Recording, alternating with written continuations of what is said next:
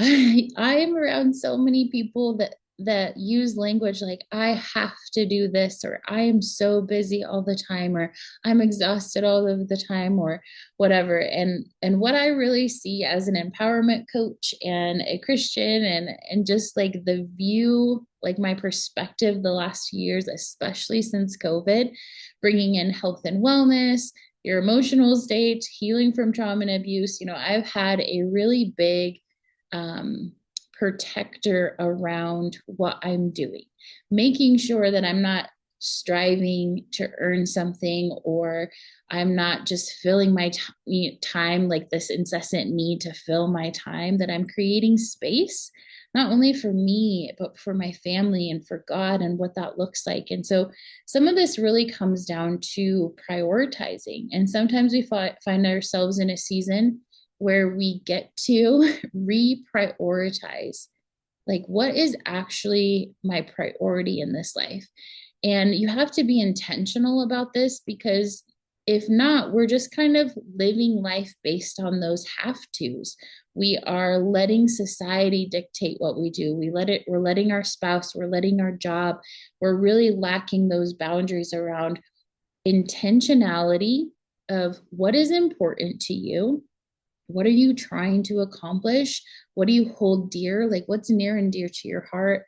And I was challenged a few years ago to reflect on, list out the top things that you do in your life. Do those successfully reflect your priorities, the way you're spending your time? And sometimes you have to have those wake up calls where it's like, actually, I have said family's a priority to me, but then I think I do, I get distracted by the things that I'm doing, and so it's these little bit of assessments where we get to reprioritize our life and our time and kind of align it to what God has called us to do and really the success of our family. And so I want you to do this, and you can prioritize anything that you want. And really priorities are going to change and shift slightly in seasons. Maybe you're in a season where you're really building your career, or maybe you're in a season where you've had a health scare and you need to prioritize your physical health and well-being. It really depends on what you're going through. But the empowerment piece, so I want to empower you that you need to watch for places where you say, I have to do this, where you're just doing things on autopilot, where you are serving other people and their needs or their expectations over you. I know I have been there many times in my life where I think, why am I doing this thing? And it really comes down to a few things. So write these down. You have to have connection with yourself.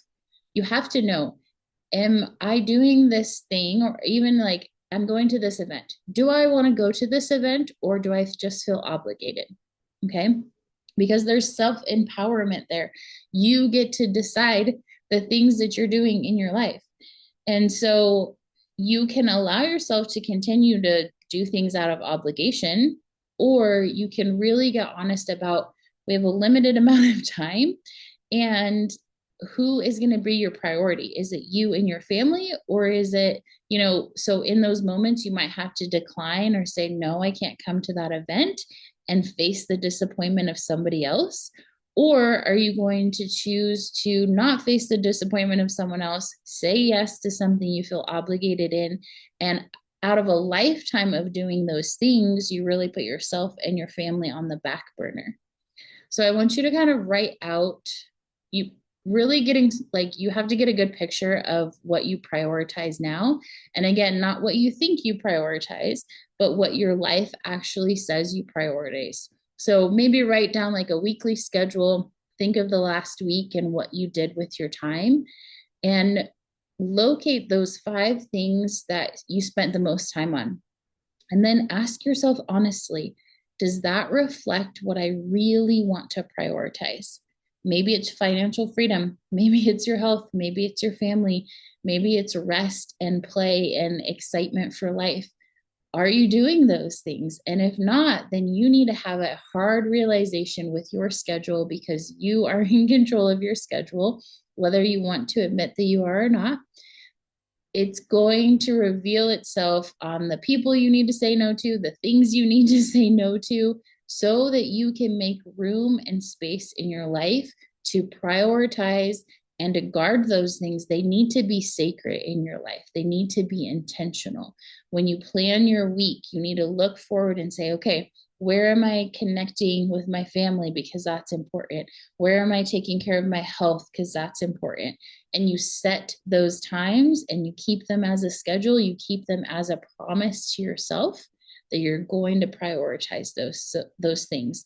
It's easier said than done, but it's also really easy to reprioritize, to get intentional and honest with your schedule so that you can live the life that you really want to live and not the life that you feel obligated to live. So hopefully you do this work and you find freedom and joy in it. And I will see you next time. Hi there, I am Courtney Carlson, and I'm a Christian author and speaker. And I'm so happy that you're here. After years of trauma and abuse, the Lord led me through healing and hope and freedom, and He changed my life, just like every other Christian can share with you, because that's who God is and that's what He does. And I get to share everything that I've learned with you, and it makes me so excited and happy to do so. So I am looking for audacious, active Christian women who want to be authentic in their walk and are really looking for three things. If you are looking to grow your intimacy with God, to learn more about who He made you to be, and then third, step into your purpose and your calling with that same determination and audacity that you've brought to the table, then follow along for more. Definitely like and subscribe. I would love to lead you through those things. And if you're an event planner, or you know one, or you have a women's group or a congregation that would benefit from this work, this heart healing connection and intimacy with the Lord, I would love it to bring I would love to bring it to a stage near you. This work is definitely so much more powerful in person, where we can connect with each other with the Holy Spirit in the room, and God's presence healing each one of our hearts. So definitely reach out if that is you, and let's get started.